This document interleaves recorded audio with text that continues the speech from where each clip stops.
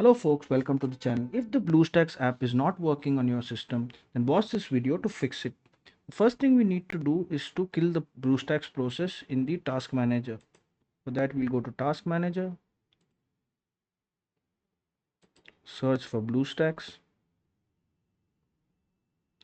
and then here we'll get BlueStacks services. We can end that, and we can also end the BlueStacks X app. We'll end it.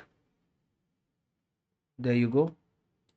And the second thing we need to do is we need to check the system requirements of BlueStacks if it meets our system. So you see the system requirements. All you have to do is just Google system requirements for BlueStack. Just search it on your browser, and you can see here Windows 7 and above. You need so much of processor. The most important thing, you should have at least 4 GB of RAM and have 4 GB or more of disk space.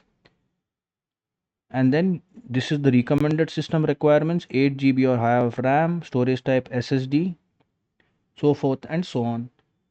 And if you don't have this, then this might be causing the problem. This might be causing the app not to work. Lastly, if you do have these system requirements and more, then you need to reinstall and uninstall the BlueStacks app. So what you can do is you can right click on the start button, go to settings, and then click on apps, click on installed apps, look for the BlueStacks app,